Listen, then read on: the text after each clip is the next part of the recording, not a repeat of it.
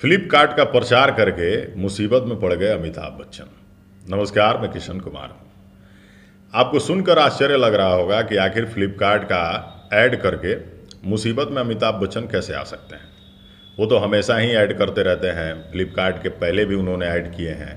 तो इस बार ऐसा क्या कर दिया कि अमित जी मुसीबत में आ गए हैं। पूरी बात बताएंगे, वीडियो को लास्ट तक देखिएगा, अच्छा लगे तो दूर तक फैलाइएगा। दोस्तों, आप सबको पता है कि फ्लिपकार्ट एक बहुत बड़ा ऑनलाइन शॉपिंग प्लेटफॉर्म है जहां से हम सभी शॉपिंग करते हैं और जो मन वो खरीदते हैं। वहां पे कई सारी डील्स चलती हैं, कई सारे ऑफर्स चलते हैं त्योहारों में और भी मौक़ों पे। बड़े बड़े सुपर स्टारों से ऐड करवाए जाते हैं।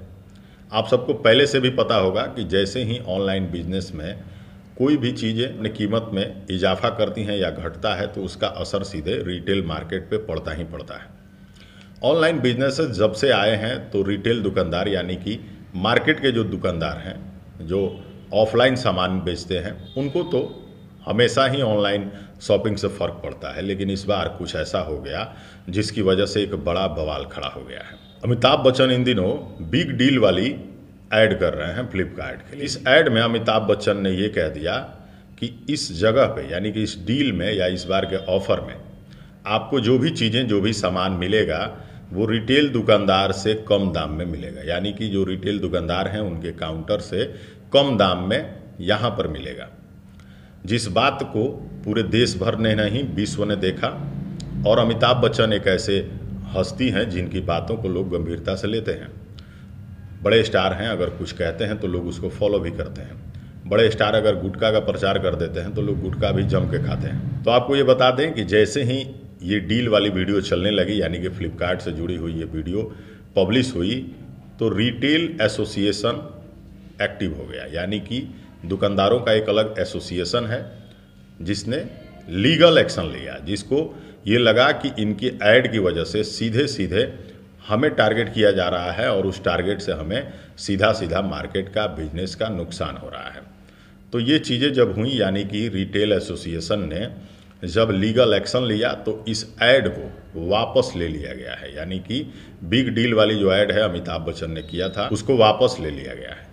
दोस्तों, वैसे भी ऑनलाइन शॉपिंग जब से शुरू हुई है तब से रिटेल दुकानदारों को तो नुकसान वैसे भी होता है। लेकिन अगर डायरेक्ट कहा जाए कि रिटेल दुकानदारों के काउंटर से हर चीज़ यहाँ सस्ती मिलेगी तो सीधे नुकसान होगा। रिटेल दुकानदारों ने जब लीगल एक्शन लिया तो उन्होंने ये बताया कि जो चीज़ें ऑनलाइन बताई जा रही हैं कि हम सस्ता देंगे, जबकि सच ये है कि हमारे रिटेल काउंटर पर ऑनलाइन से भी सस्ता हम खुद बेच रहे हैं। यानी कि ये चीज़ें झूठ बताई जा रही हैं। इतने बड़े सुपरस्टार हैं अमिताभ बच्चन, क्या उनको एक बार क्रॉस चेक नहीं करना चाहिए कि जो डायलॉग मुझे दिए जा रहे हैं बोलने के लिए, इससे क्या कुछ हो सकता है।